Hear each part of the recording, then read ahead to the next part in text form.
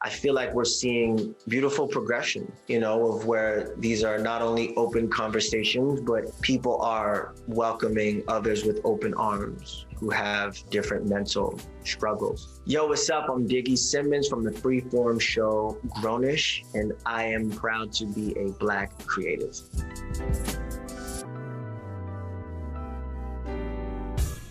Black History Month means to me, I'd say more so it shows how far we've come. That we're able to sit here on a platform together looking like how we do and being able to speak about things like mental health or speak about what we believe in or what we don't believe is right. Jazz smashing this owl-eyed dude is what makes her a toss.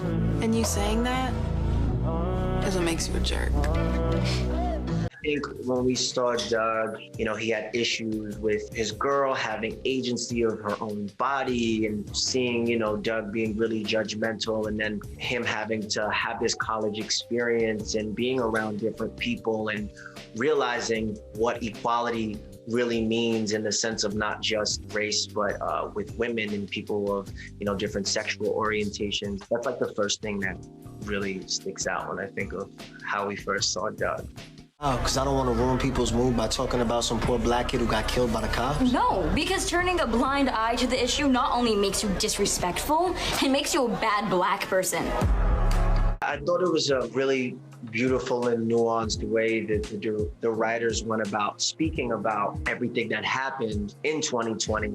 And that was a lot of people saying, hey, if you don't post, does that mean that you don't care? And then there was another group of people saying, hey, but just because you don't post doesn't mean you don't care. Or, does that mean that you're just being performative, or am I just getting a post off? Just so, I checked that box. People won't be upset with me. Or we saw different companies or organizations, seeing other people hop on and then they may have gotten canceled, or, people may have had things to say once they didn't see someone be in solidarity or an ally. And so that was Doug's position, was him saying, wait, this doesn't make me a bad Black person, right? In which was used in that episode. That's the reason why we have to have conversations. You hear people say that all the time, but it's so that you really know what someone's stance is and you don't base it on a post, right? Or a lack of a post, because we really don't know where people's minds are and where people's hearts are when we're going through these things. Sometimes some people went radio silent, and that's what sat well with them. For me, I felt really comfortable, sharing with family. And it was obviously a hard time because we weren't able to connect with each other and see each other because the pandemic was happening all at the same time. So there was so much to consider along with us feeling all of these things. I think we have to have more grace and patience for people and when we're having these conversations. So the truth is, for Black men or Black women or Black people, is that any place is the wrong place. At any time. Every damn day. My responsibility that I felt was most important was that, my heart was in the right place. There's a lot of people who experienced what Doug was experiencing in that script, but in real time. And obviously the losses of so many lives and so many things that went through my mind when I just saw the emotions that Doug had to go through, seeing that he broke down into tears, seeing all of these different elements of the script. I just wanted to make sure that it was genuine emotion coming through and that I was placing myself somewhere internally to where that can come across on screen and people could be able to connect and it can serve as therapy.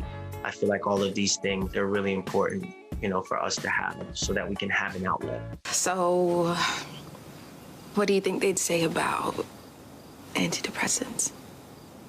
I don't know, man. We wasn't really raised to, reach for a pill when something was wrong, Exactly. It could just be a complete disregard of someone's feelings or what they're going through due to there being this stigma of, oh, they're just crazy, or, oh, they're not strong, or, oh, they're weak. Just because someone deals with issues differently than the next person, whether it being therapy like Jazz did, or we had the conversation, her and I in the bedroom about meds, and then that's an open dialogue as well. And then her saying, oh, my dad just casted this off as just get better. or, just be stronger or be tougher. And I feel like my generation, we're seeing beautiful progression of where these are not only open conversations, but people are welcoming others with open arms who have different mental struggles.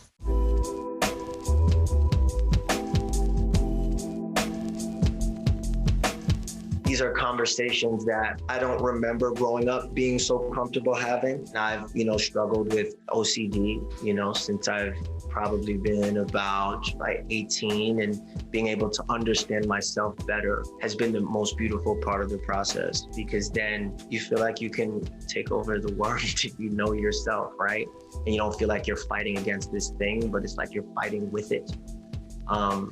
So yeah, a lot of beauty and transparency in mental health.